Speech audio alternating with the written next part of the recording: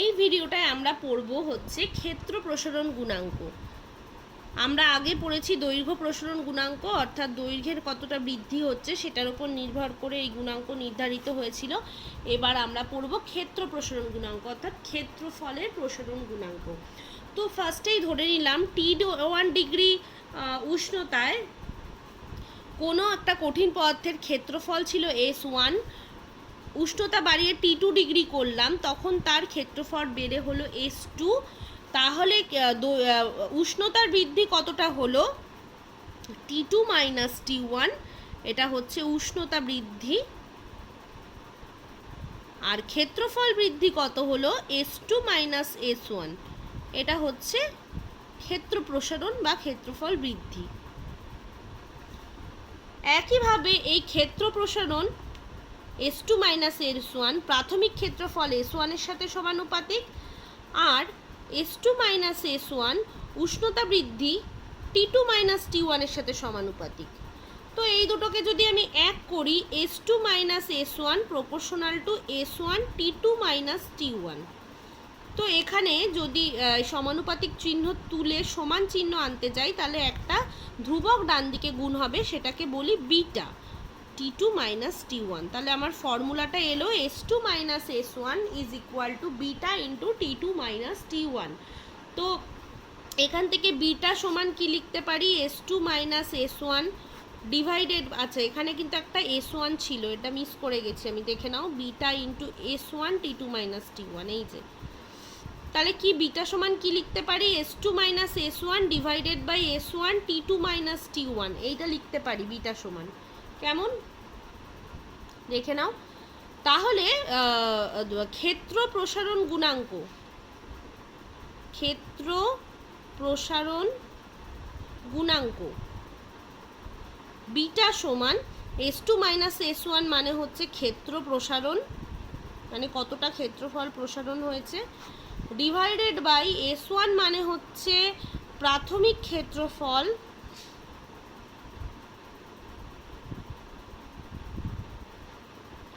Into T2 minus T1 মানে হচ্ছে উষ্ণতা বৃদ্ধি। তাহলে ক্ষেত্র প্রসারণ গুণাঙ্ক সমান কি আসছে? ক্ষেত্র প্রসারণ বাই প্রাথমিক ক্ষেত্রফল ইন্টু হচ্ছে উষ্ণতা বৃদ্ধি। আচ্ছা, এই ফর্মুলা থেকে দেখো আমি কি লিখতে পারি? S2 S1টাকে ডান দিকে নিয়ে যাব। আগের বার যেরকম দৈর্ঘ্য প্রসারণে আমি L2টাকে বাঁ দিকে রেখে L1কে ডান দিকে এনেছিলাম, আর এখানে beta S1 T2 minus T1। বুঝতেই পারছো, S1 আবার কমন নেব, 1 plus beta T2 minus T1 ডান দিকটা হলো, আর বাঁ দিকটা হচ্ছে এইটা। তো ফর্মুলা কি? S2 সমান S1 into 1 plus beta into T2 minus T1। খেয়াল রাখতে হবে কিন্তু কোনটা কি, এটা যেন আমার কাছে পরিষ্কার থাকে। S1 হচ্ছে প্রাথমিক ক্ষেত্রফল, S2 হচ্ছে অন্তিম ক্ষেত্রফল, T1 প্রাথমিক উষ্ণতা, T2 অন্তিম উষ্ণতা, বিটা হচ্ছে ক্ষেত্র প্রসারণ গুণাঙ্ক। এবার দেখো, যদি প্রাথমিক উষ্ণতা T1 না হয়ে 0 ডিগ্রি সেলসিয়াস হতো, আর অন্তিম উষ্ণতা T2 না হয়ে T ডিগ্রি সেলসিয়াস হতো, তো T2 মাইনাস T1 করে আমি কি পেতাম? T মাইনাস 0 মানে T। আর প্রাথমিক ক্ষেত্রফল যদি ধরো হতো S0, মানে 0 ডিগ্রি সেলসিয়াস উষ্ণতায় ক্ষেত্রফল যদি বলতাম S0, আর অন্তিম ক্ষেত্রফল T ডিগ্রি উষ্ণতায় অন্তিম ক্ষেত্রফল হচ্ছে ST। তাহলে সেক্ষেত্রে এই ফর্মুলাটা কিভাবে লিখতাম? ST সমান S0 ইন্টু 1 প্লাস বিটা টি। দেখো T2 মাইনাস T1 এর জায়গায় T মাইনাস 0 করে আসতো T, আর S2 আর S1 এর জায়গায় যথাক্রমে ST আর S0 বসতো। তো এইটা হচ্ছে সেই ক্ষেত্রের ক্ষেত্র প্রসারণের ফর্মুলা। এবারে একইভাবে দেখো, এখানে ক্ষেত্র প্রসারণ গুণাঙ্কের ফর্মুলায় ওপরে আছে ক্ষেত্র প্রসারণ, নিচে আছে প্রাথমিক ক্ষেত্রফল, যেটা দুটোই ক্ষেত্রফল। তাহলে এদের দুজনের একক সেম, ওপর নিচ কাটাকুটি হয়ে যাবে, তাহলে পড়ে থাকছে 1 বাই উষ্ণতা বৃদ্ধি, অর্থাৎ 1 বাই উষ্ণতার একক। উষ্ণতার একক ডিগ্রি সেলসিয়াস হতে পারে, ডিগ্রি ফারেনহাইট হতে পারে, কেলভিন হতে পারে। তাহলে ওপরে কিচ্ছু থাকছে না, 1 বাই ডিগ্রি সেলসিয়াস অথবা 1 বাই ডিগ্রি ফারেনহাইট অথবা 1 বাই কেলভিন, এটাই হবে ক্ষেত্র প্রসারণের গুণাঙ্কের একক। তাহলে 1 বাই ডিগ্রি সেলসিয়াস না লিখে লিখব পার ডিগ্রি সেলসিয়াস বা পার ডিগ্রি ফারেনহাইট বা পার কেলভিন, এইটাই হয়ে যাবে ক্ষেত্র প্রসারণ গুণাঙ্কের একক। তার মানে ক্ষেত্র প্রসারণ গুণাঙ্কের এককও কিন্তু কোনোভাবেই ক্ষেত্রফলের ওপর নির্ভর করে না, করে শুধুমাত্র উষ্ণতার ওপর, কতটা উষ্ণতা বৃদ্ধি পাচ্ছে, বা যদি খুব সোজা ভাষায় বলি উষ্ণতার এককের ওপর নির্ভর করছে ক্ষেত্র প্রসারণ গুণাঙ্কের একক। নেক্সট আমরা যেটা পড়ব সেটা হচ্ছে আয়তন প্রসারণ গুণাঙ্ক। দৈর্ঘ্য প্রসারণ গুণাঙ্ককে আলফা দিয়ে প্রকাশ করলাম, ক্ষেত্র প্রসারণ গুণাঙ্ককে বিটা দিয়ে প্রকাশ করলাম, এবার আয়তন প্রসারণ গুণাঙ্ককে গামা দিয়ে প্রকাশ করি আমরা। দেখে নাও ভালো করে। সেম ভাবে আমি আচ্ছা, আয়তন প্রসারণ গুণাঙ্ক মানেই বুঝতে পারছো সেখানে নিশ্চয়ই আয়তন বৃদ্ধি পাচ্ছে, তার একটা গুণাঙ্ক মানে তার সেই সংক্রান্ত একটা ধ্রুবকের নাম দিচ্ছি আয়তন প্রসারণ গুণাঙ্ক, যেটা কিনা ডিনোট করছে যে কতটা আয়তন বৃদ্ধি পেয়েছে। আচ্ছা, এখানে একটা জিনিস শুধু বলা হলো না, সেটা বলে দিই। ক্ষেত্র প্রসারণ গুণাঙ্কের সংজ্ঞা তাহলে কি হবে?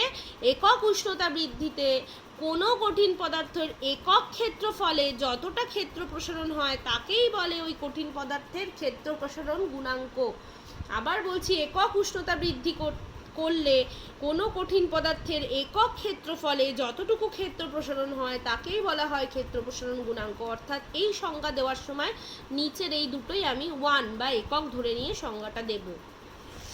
আচ্ছা, এবার যেটা বলছিলাম আয়তন প্রসারণ গুণাঙ্ক, আমি ধরে নিলাম T1 ডিগ্রি উষ্ণতায় আয়তন ছিল কোনো কঠিন পদার্থের V1, T2 ডিগ্রি সেলসিয়াস উষ্ণতায়, বা সেলসিয়াস বলছি না, জাস্ট T2 ডিগ্রি উষ্ণতায় আয়তন হয়েছে V2।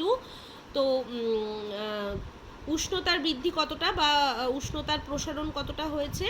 উষ্ণতার প্রসারণ হয়েছে T2 মাইনাস T1। আর আয়তন কতটা প্রসারণ হয়েছে এই প্রসেসে? প্রথমে ছিল V1, বেড়ে হয়েছে V2, অর্থাৎ V2 মাইনাস V1, এই হচ্ছে আয়তন প্রসারণ। তাহলে V2 minus V1 proportional to প্রাথমিক আয়তন V1, R V2 minus V1 proportional to উষ্ণতা T2 মাইনাস T1, মানে উষ্ণতা বৃদ্ধি T2 মাইনাস T1 এই দুটোর সাথে সমানুপাতিক। এই দুটোকে এক করলে আমি কি পাই? V2 minus V1 proportional to V1 into T2 minus T1। এই সমানুপাতিক চিহ্ন তুলে যখন আমি ধ্রুবক আনি তখন সেই ধ্রুবকটার নাম হচ্ছে গামা। তাহলে V2 মাইনাস V1 সমান gamma V1 into T2 minus T1। বোঝা গেল? তাহলে এই হচ্ছে আয়তন প্রসারণ গুণাঙ্ক। তাহলে এই ফর্মুলা থেকে গামার মান কি লিখতে পারি? V2 minus V1 divided by V1 into T2 minus T1, অর্থাৎ গামা সমান আয়তন প্রসারণ ডিভাইডেড বাই প্রাথমিক আয়তন ইন্টু T2 মাইনাস T1 হচ্ছে কি বলো? উষ্ণতা বৃদ্ধি। তাহলে এই হচ্ছে আয়তন প্রসারণ গুণাঙ্কের রাশিমালা। তাহলে একইভাবে বলতে পারি যে উষ্ণতা বৃদ্ধি যদি একক হয়, প্রাথমিক আয়তন যদি একক হয়, তাহলে আয়তন প্রসারণই হচ্ছে আয়তন প্রসারণ গুণাঙ্ক। সেটাকে সংজ্ঞায় কিভাবে বলবো? একক উষ্ণতা বৃদ্ধি করলে কোনো কঠিন পদার্থের প্রতি একক আয়তনে যে পরিমাণ আয়তন প্রসারণ হয় সে তাকেই বলে ওই কঠিন পদার্থের আয়তন প্রসারণ গুণাঙ্ক। বোঝা যাচ্ছে? এইভাবে কিন্তু কথাটা বলতে হবে। তো এবার এতে আসি যে এই ফর্মুলা থেকে কি পাই? V2টাকে বাঁ দিকে রেখে V1টাকে ডান দিকে নেব। V1 into 1 plus gamma T2 minus T1। ওই ফর্মুলাটাকে কিন্তু এইভাবেও লেখা যায়, এই যে ফর্মুলাটা রয়েছে এটাকে এইভাবেও লেখা যায়। এই একটা গেল। এবার গামার একক, প্রত্যেকবারের মতো গামার একক। গামার এককও দেখো আয়তন প্রসারণের একক যা প্রাথমিক আয়তনেরও একক তাই, তাহলে শুধু এটা কাটাকুটি হয়ে গিয়ে পড়ে থাকবে 1 বাই উষ্ণতা বৃদ্ধির একক, অর্থাৎ 1 বাই উষ্ণতার একক। তাহলে গামার এককও কিন্তু ওই পার ডিগ্রি সেলসিয়াস বা পার ডিগ্রি ফারেনহাইট বা পার কেলভিন, এইভাবে এগুলোই হবে হচ্ছে গামার একক। অর্থাৎ দৈর্ঘ্য প্রসারণ, ক্ষেত্র প্রসারণ, আয়তন প্রসারণ তিনজনের এককই হচ্ছে এইগুলো সেম। কোনোটাই দৈর্ঘ্য প্রসারণ দৈর্ঘ্যের ওপর ডিপেন্ড করে না, উষ্ণতার ওপর করে। ক্ষেত্র প্রসারণও দেখলাম ক্ষেত্রফলের ওপর ডিপেন্ড করে না, উষ্ণতা বৃদ্ধির ওপর করে। একইভাবে কিন্তু আয়তন প্রসারণও আয়তনের ওপর ডিপেন্ড করে না, কিসের ওপর ডিপেন্ড করে? না উষ্ণতার এককের ওপর। তো এই গেল আমাদের দৈর্ঘ্য প্রসারণ, ক্ষেত্র প্রসারণ এবং আয়তন প্রসারণের কনসেপ্ট। কঠিনের আগের ভিডিওতে দৈর্ঘ্য প্রসারণ নিয়ে বলেছি, এই ভিডিওতে ক্ষেত্র প্রসারণ আর আয়তন প্রসারণ নিয়ে বললাম।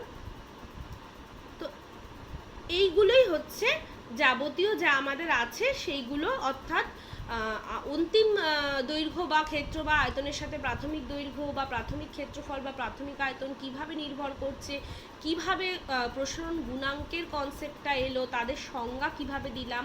পরবর্তী ভিডিওতে আমি আলফা বিটা গামা তিনজনের মধ্যে একটা সম্পর্ক আছে, সেই সম্পর্কটা শিখব। তাহলে দৈর্ঘ্য প্রসারণ গুণাঙ্ক আলফা, ক্ষেত্র প্রসারণ গুণাঙ্ক বিটা আর আয়তন প্রসারণ গুণাঙ্ক হচ্ছে গামা। এই তিনজনের মধ্যে যে সম্পর্ক আছে, একটা ম্যাথমেটিক্যাল ক্যালকুলেশন দিয়ে সেই সম্পর্ক বার করতে হয়, সেটা আমরা এর পরের যে ভিডিও সেখানে শিখব।